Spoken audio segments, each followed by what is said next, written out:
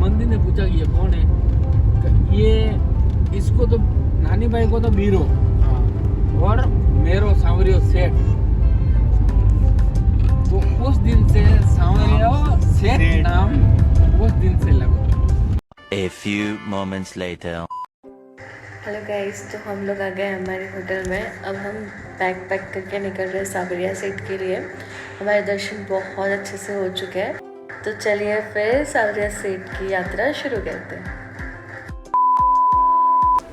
Hotel से निकलते हुए हम लोग धीरे धीरे करते हुए पहुँचे गेट नंबर 2 पे। गेट नंबर 2 के ही सामने विठल नाथ जी के दर्शन का गेट है। वहाँ पे हमने विठल नाथ जी के दर्शन करते हुए हम लोग पहुँचे विठल कॉटेज पे, क्योंकि विठल कॉटेज से ही पास में विठल गौशाला थी और हमारा ड्राइवर है वहीं पे आने वाले थे।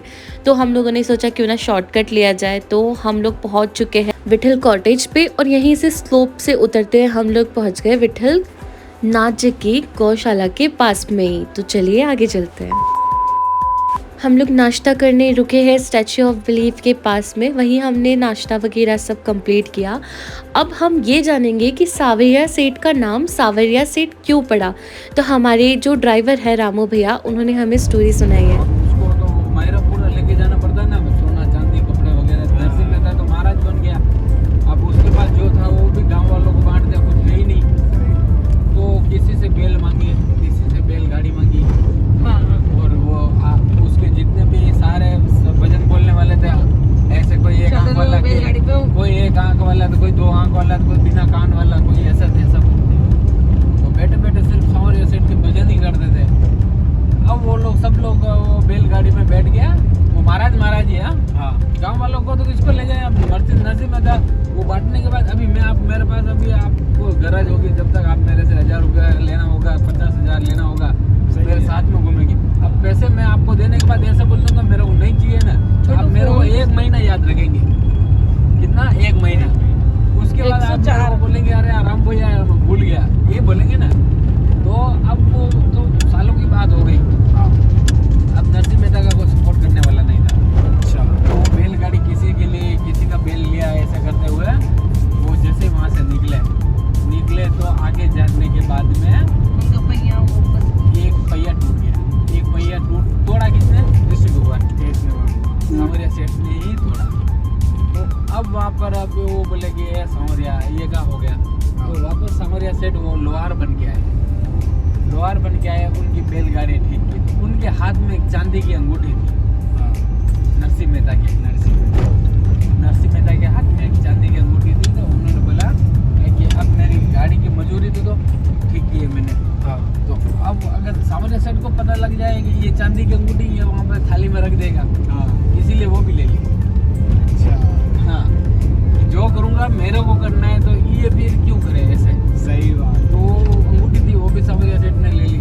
अब वो आगे गए तो बड़े राजघराना था उस लड़के का। तो आगे वहाँ पे जाने के बाद में वहाँ पर गए तो उनको गाय भैंस के तबेले में रखा गया। उनके पापा को संबंधित, हाँ, नरसिंह जी को संबंधित है, तो भी उनको गाय भैंस के तबेले में रखा गया कि ये पकड़ है, अभी इनके पास पैसा नहीं है, कुछ नहीं। हाँ, तो अब इनको ऐसा करो, जो भी खाना पीना है इनको गाय भैंस के तबेले में भिजवा दो। अब वो नानी भाई को बहुत ऊंचा नीचा हो रहा था कि मेरे पिताजी को वहाँ रखा गया। तो वो पानी लेने के लिए पहले तो था अपने, अभी तो बोरिंग चालू करो पानी आ गया। पहले नदी से पानी भरते थे, केमिकल का पानी आता था पहले, अभी तो सारा सिस्टम चालू हो गया। तो नदी के किनारे पानी लेने गई तो वहाँ जाके बैठी बैठी रो रही थी। तो सांवरिया सेठ एक अपने रूप में बन के उसके पास आए कि क्या हुआ तेरे को, क्यों रो रही है। कि अब कल परसों मेरी लड़की की शादी है, अब मेरे पिताजी आए हैं तो उनके पास कुछ है नहीं, वो महाराज बन के आए हैं और सब बैठे बैठे अंदर भजन कर रहे हैं। और मेरे ससुराल वाले मेरे को ऊपर नीचे खींच रहे हैं कि तेरे घर कुछ नहीं लाया, मैं क्या करूं क्या नहीं करूं। तो वो नदी में कूदने के लिए तैयार। अच्छा, तब सांवरिया सेठ आके बोला कि तू टेंशन मत ले, तेरा कोई भाई होगा तो आ जाएगा। तो भाई एक था बचपन में, हाँ, उसको बचपन में देखा था मैंने। उसके बाद में मैंने अभी तक मेरे भाई को मैंने नहीं देखा है। तो बोले कि तू चिंता मत कर, वो आ जाएंगे। तो बोले कि तू एक बार घर पे जा, तेरा मायरा दूसरा कोई नहीं भरेगा ना, मैं भर दूंगा।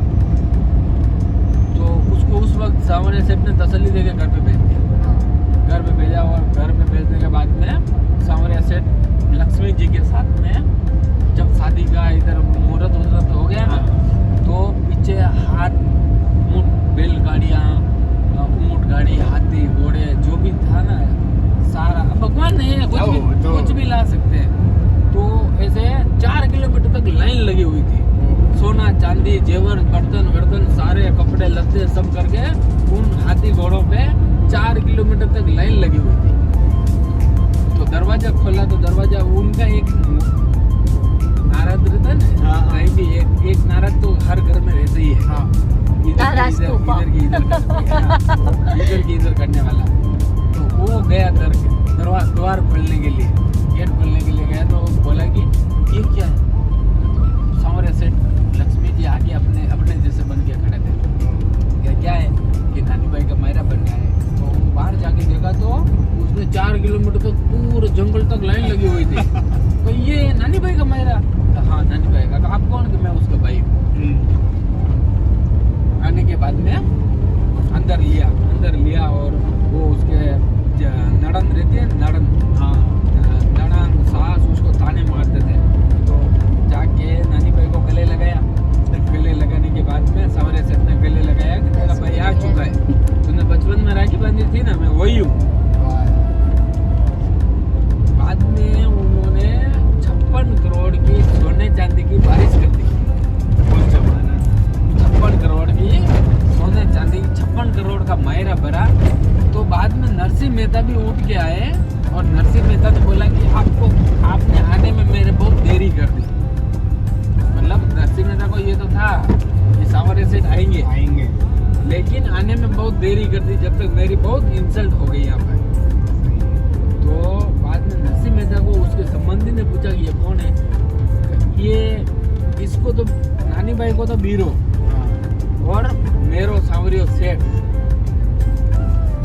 तो उस दिन से सांवरिया सेठ नाम उस दिन से लगा। मेरो सांवरिया सेठ। हाँ, जो मेरो सांवरिया सेठ है। तो यहीं पे सांवरिया सेठ की स्टोरी खत्म होती है।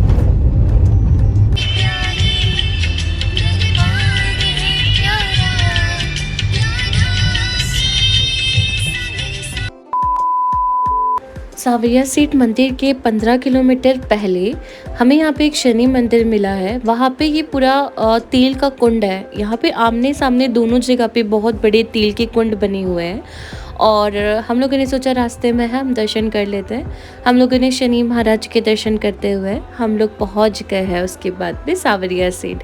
तो चलिए जल्दी से सांवरिया सेठ के भी दर्शन कर लेते हैं, क्योंकि हम लोग बहुत लेट पहुँचे हैं और ऑलमोस्ट दर्शन बंद होने वाले हैं।